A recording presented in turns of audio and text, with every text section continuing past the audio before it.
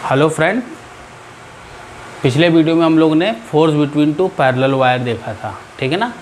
आज उसके बेस पे हम लोग को प्रॉब्लम्स लेनी है कुछ, ठीक है, उस वीडियो में लेंगे हम लोग। तो हम लोग ने फार्मूला क्या बताया था कि किसी भी एलिमेंट पे ले रहे थे तो क्या आता है, d f equal to mu naught upon 2 pi I1 I2 by d d l. D l क्या थी, लेंथ थी। डी क्या था, दोनों वायर के बीच का सेपरेशन। I1 I2 तो करंट है, म्यू नॉट अपॉन 2 पाई तो जान ही रहे क्या है। इसलिए फोर्स पर यूनिट लेंथ क्या आया था, फोर्स अपॉन लेंथ, तो क्या आ जाएगा mu naught upon 2 pi I1 I2 by D. ये फोर्स दो टाइप का था, कैसा था, अट्रैक्शन और रिपल्सन। अट्रैक्शन कब होगा, फॉर लाइक करंट के लिए, नहीं दोनों वायर में करंट की डायरेक्शन क्या हो, सेम होगा, तो कैसा फोर्स लगेगा, अट्रैक्शन। रिपल्सन कब लगेगा, जब दोनों वायर्स में करंट कैसी होगी, अनलाइक, मतलब एक अगर ऊपर की तरफ है तो एक नीचे की तरफ होनी चाहिए, ठीक है ना, दोनों की डायरेक्शन अपोजिट होनी चाहिए, ठीक है ना। इसको नोट कर लीजिए, ये अपना मेन फार्मूला, इसी की बेस पे हम आगे क्वेश्चंस पे हम लोग लेंगे, ठीक है, नोट करिए। तो पहला क्वेश्चन हम लोग ले रहे हैं कि दो वायर हैं, पैरेलल हैं, लेकिन ये इनफाइनाइट लेंथ का है, दूसरा वायर एल लेंथ का है। इस पर हमको फोर्स निकालना है, कितना इसके थ्रू फोर्स लगेगा, ठीक है ना। तो पहली चीज़ देखा जाए अगर यहाँ पे, तो फोर्स दोनों के बीच कैसा लगेगा, रिपल्सन फोर्स लगेगा। डायरेक्शन ऑफ करंट कैसी है, नीचे की तरफ है, ठीक है ना, अपोजिट है। तो ये वायर पे मान लिया फोर्स कितना लग रहा है, F1, इस वायर पे फोर्स कितना लग रहा है, मान लो F2 लग रहा है, ठीक है ना। तो टोटल फोर्स कितना हो जाएगा, F इक्वल टू, तो F2 की वैल्यू कितनी आ जाएगी, म्यू नॉट अपॉन 2 पाई तो रहेगा ही, I1 I2 divided by distance कितना इनके बीच का, D है, और लेंथ कितनी है, L है। ये फोर्स लगेगा इनके दोनों वायर के बीच में, लेकिन फोर्स कैसा होगा, रिपल्सिव फोर्स होगा, ठीक है ना। समझ में आ गया होगा, पहली प्रॉब्लम है, ठीक है, नोट कर लीजिए। बस ये वायर क्या था, इनफाइनाइट लेंथ का था, ये एल लेंथ का है। अगर ये भी इनफाइनाइट होता तो फोर्स पर यूनिट लेंथ पूछता, ठीक है ना। तो यहाँ पे एल का डिवाइड कर देते हैं। टोटल फोर्स निकालना है तो F इंटू एल, जितना फोर्स लग रहा है और जो उसकी लेंथ है वो रख दिया अपन ने, ठीक है, नोट कर लीजिए। फिर अगला क्वेश्चन लेते हैं हम लोग।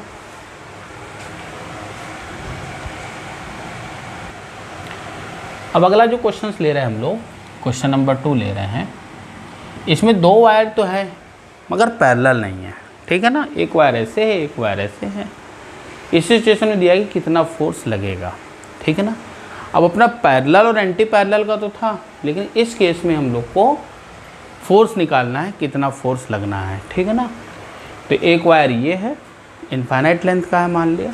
दूसरा वायर जो है ये ए डिस्टेंस पर है, कितनी लेंथ का है, बी लेंथ का है। इसमें करंट कितनी फ्लो हो रही है, I2। तो इसके थ्रू इस पर लगने वाला हमको फोर्स निकालना है, ठीक है। क्वेश्चन नोट करिए, फिर आगे हम लोग बढ़ते हैं। तो इस तरीके के वायर में फोर्स निकालने के लिए हम लोग, ठीक है, क्या करेंगे कि इसमें एक एलिमेंट मानेंगे, ठीक है ना। एलिमेंट मान लिया कितने लेंथ का है, dx लेंथ का है, ठीक है ना। ये dx लेंथ माना, इस वायर से इसकी जो डिस्टेंस है ये मान लिया कि x डिस्टेंस पर है, ये लेंथ मान लिया, ठीक है ना। अब इसमें हमको फोर्स निकालना है। तो सबसे पहले इसकी वजह से यहाँ पर मैग्नेटिक फील्ड कैसी होगी, पहले देखा तो मैग्नेटिक फील्ड इनवर्ड होगी।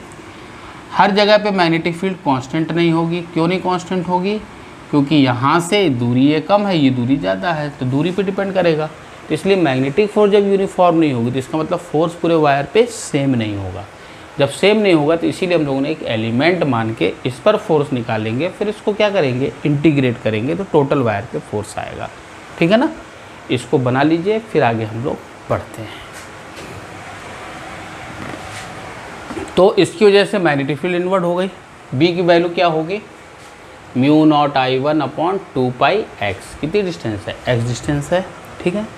अब इस एलिमेंट पे फोर्स निकालना है, तो इस एलिमेंट पे फोर्स कितना होगा, dx एलिमेंट है, df लिया अपन ने, ठीक। तो df की वैल्यू क्या हो जाएगी, BIL साइन थीटा होती थी, तो B1 करंट कितनी फ्लो हो रही है उसमें, I2 dx into sine theta, ठीक है। अब यहाँ पे थीटा कितना होगा, बी अंदर की तरफ, एल इधर की तरफ, करंट इधर जा रही है, एंगल कितना बना 90। यहाँ पर भी थीटा कितना हो जाएगा 90 डिग्री। साइन 90 की वैल्यू कितनी होती है 1 होती है। तो जब साइन 90 1 होता है तो कहने का मतलब कितना हो जाएगा, इसकी वैल्यू कितनी हो गई 1 हो गई। तो डी एफ की वैल्यू कितनी आ जाएगी, एलिमेंट पे ही निकाल ले भी हम लोग। तो B1 की वैल्यू कितनी है mu naught upon 2 pi I1 I2 अपन स्मॉल या कैपिटल जिसमें लिखना चाहें। ये I1 करंट है, वो I2 करंट है। I1 I2 upon x into I2 लिख ही लिया, dx एलिमेंट है, साइन 90 की वैल्यू 1 हो गई। ठीक है, अब इसमें हमको ये एलिमेंट पे फोर्स आया। अब इसी तरीके से हमको पूरे वायर पे निकालना है। तो पूरे वायर पे कितना हो जाएगा, टोटल फोर्स ऑन वायर किस पर 2 मान लिया उसको, ये 1/2। तो इंटीग्रेट करेंगे F इक्वल टू, इंटीग्रेट करेंगे DF, यहाँ पर भी इंटीग्रेशन आ जाएगा mu naught I1 I2 upon 2 पाई x इंटू dx। इसमें कांस्टेंट क्या है, b तो कांस्टेंट है नहीं, इसका मतलब म्यू नॉट I1 I2 बाहर आ जाएगा, डिवाइडेड बाई 2 पाई भी बाहर आ जाएगा, अंदर क्या बचेगा 1 अपॉन x इंटू dx। अपने को इंटीग्रेशन का एक फार्मूला मालूम है, 1 अपॉन एक्स डी एक्स की वैल्यू क्या होती थी, लॉग ऑफ x होती थी। ये होती थी इंटीग्रेशन, ये इसको थोड़ा याद रखिएगा इस कैलकुलेशंस करने के लिए। तो कितना आ जाएगा F equal to mu naught I1 I2 upon 2 pi, value कितनी आएगी लॉग ऑफ x। अब लॉग ऑफ x आई, अब इसकी लिमिट कहाँ से कहाँ होगी, x की वैल्यू कहाँ से कहाँ वेरी कर रही है, कहाँ से, ये है कितनी है a है, a से लेकर a प्लस b, ये लेंथ कितनी हो जाएगी a प्लस b हो जाएगी। इसका मतलब लोअर लिमिट कितना हो जाएगा a, अपर लिमिट कितना हो जाएगा a plus b। Similar way में यहाँ पर भी कितना आ जाएगा a, यहाँ पे क्या आएगा a प्लस b। ठीक है ना। अब इसमें लिमिट रखेंगे तो क्या आ जाएगा f equal to mu naught I1 I2 upon 2 pi log of a plus b minus of log a। ये आएगी value. Log m minus log n क्या होता था, लॉग m बाई n होता था। तो इसका मतलब f की वैल्यू कितनी हो जाएगी mu naught I1 I2 divided by 2 pi log of कितना आएगा a plus b upon a। ये फोर्स आएगा। ठीक है ना। अब ये फोर्स जो आया, अब ये फोर्स ज़्यादा किधर होगा कम किधर होगा, ये अपन को देखना है। फिलहाल के लिए कैलकुलेशन के लिए हमको इतना नोट करना था, इसको नोट कर लीजिए, फिर आगे हम लोग समझते हैं। अब इसी क्वेश्चंस में देखना था फोर्स की वैल्यू, है ना। अपन ने क्या निकाला था, लॉग क्या निकाला था, एफ की value mu naught upon 2 pi I1 I2 log of a plus b upon a।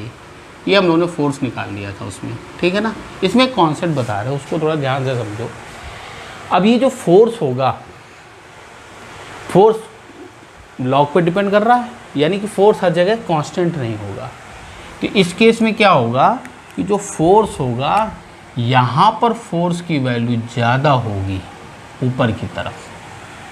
ठीक है ना, क्योंकि देखो फोर्स की डायरेक्शन किधर होगी, मैग्नेटिक फील्ड अंदर थी, करंट इधर है, तो फोर्स ऊपर बता रहा है कि नहीं बता रहा है। इसका मतलब यहाँ पर फोर्स क्या होगा, ज़्यादा होगा।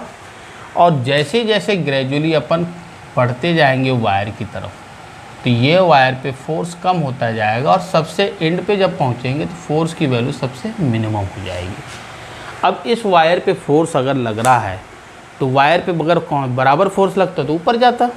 अब चूँकि इधर फोर्स कम है, इधर फोर्स ज़्यादा है, तो ये क्या करेगा, टर्न करता है। यानी ये वायर जो है टर्न करेगा। कैसा टर्न करेगा, क्लॉकवाइज। ठीक है ना। तो जब ये क्लॉकवाइज टर्न करेगा, तो अभी इस वायर की जब ये टर्न किया है, तो वायर ऐसे आ जाएगा, ऐसे घूम के ऐसे आ जाएगा। तो ये कंडीशन जो बन जाएगी, ये कैसी कंडीशन बन जाएगी, ये हो गया तुम्हारा I1 और ये हो गया तुम्हारा I2 डिस्टेंस जो भी रहे। अब ये फोर्स कैसा लगेगा, करंट अपोजिट डायरेक्शन में है, तो ये लगेगा F और ये लगेगा F, मतलब टर्न करेगा। ये कौन सा टर्न करेगा, क्लॉकवाइज, ठीक है ना। ये टर्न करने के बाद ये सिचुएशन आ जाएगी, तो इस केस में क्या होगा, सेकेंड वायर विल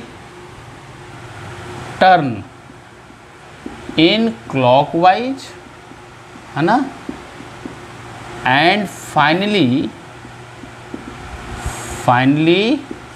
कैसा हो जाएगा, फाइनली एक्सपीरियंस, कैसा एक्सपीरियंस करेगा फोर्स, एक्सपीरियंस रिपल्सिव फोर्स। समझ में आया कि नहीं आया, ये वायर ऐसे टर्न होके ऐसे आ जाएगा, ठीक है ना। ये करंट की डायरेक्शन में ये है, ठीक है, नोट कर लीजिए। मैग्नेटिक फील्ड कैसी आ रही थी, वो क्रॉस में आ रही थी, करंट कैसी डायरेक्शन में है, इस डायरेक्शन में है, तो फोर्स कैसा हो जाएगा, अपवर्ड, तीनों परपेंडिकुलर होंगे, ठीक है ना। ये सिचुएशन आ जाएगी, नोट कर लीजिए। अगर इन केस दूसरे वायर में करंट ऐसे हो, मान लो ये I2 है, मैग्नेटिक फील्ड कैसी है, क्रॉस में है, इस कंडीशन में फोर्स किधर लगेगा, Fleming left hand rule, current magnetic field direction inward, और फोर्स इधर, करंट इधर है, तो फोर्स किधर लगेगा, नीचे की तरफ। तो यहाँ पर फोर्स क्या होगा, ज़्यादा होगा, यहाँ पर फोर्स क्या होगा, कम होगा, इसमें फोर्स क्या होगा, कम, ऐसे होते होते कम, फाइनली कहाँ होगा, कम होता जाएगा।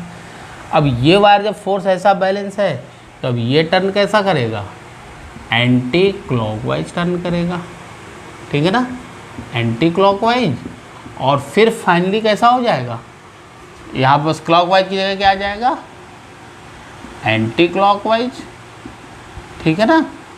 अब एंटी क्लॉकवाइज हुआ एंड फाइनली एक्सपीरियंस। अब ये वायर अगर एंटी क्लॉकवाइज करेगा तो कैसा हो जाएगी, यही सिचुएशन आएगी। इस केस में भी कैसा होगा, रिपल्सिव फोर्स मिलेगा, ठीक है ना। आई थिंक हमने आपको एक एडिशनल कॉन्सेप्ट बताया है, पूछा गया है नेट में, उसके हिसाब से बताया है, ठीक है, नोट कर लीजिए। फिर अगले वीडियो में हम लोग फिर अगला क्वेश्चन लेते हैं।